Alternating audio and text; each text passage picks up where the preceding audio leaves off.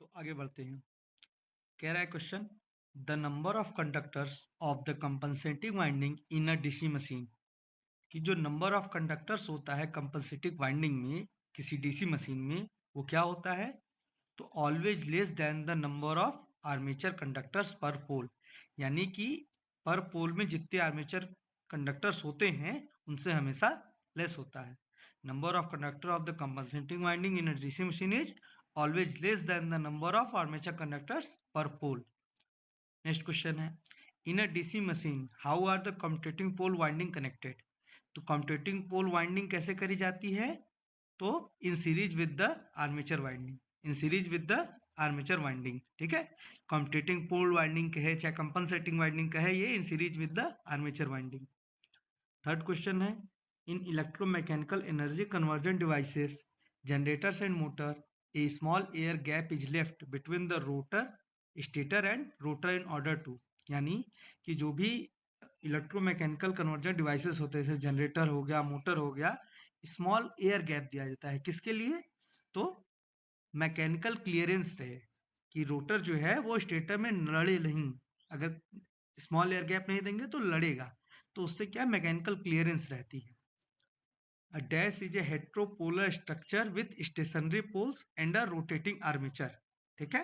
तो DC machine होता है क्योंकि इसमें क्या है, हेट्रोपोलर यानी कई पोलर स्ट्रक्चर होते हैं और इसमें stationary poles and rotating armature इसी में होता है।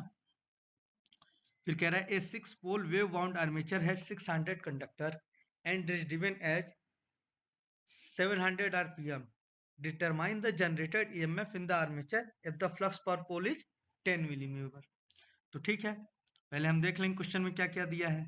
पोल 6 दिया हुआ है, आर्मेचर कंडक्टर 600 दिया हुआ है, स्पीड 700 आरपीएम दिया हुआ है और जनरेटेड ईएमएफ पूछ रहा है।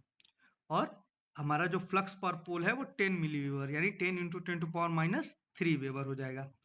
अब हमको पता होना चाहिए कि जो जनरेटेड ईएमएफ या बैक ईएमएफ का फॉर्मूला होता है वो होता है phi N P by 60 into Z by A, phi N P by 60 into Z by A, जहाँ पे ई क्या है जनरेटेड ईएमएफ, पी क्या है नंबर ऑफ पोल्स, एफ क्या है फ्लक्स पर पोल, एन क्या है स्पीड है, Z total of number of armature conductors है और A number of parallel path in the armature winding.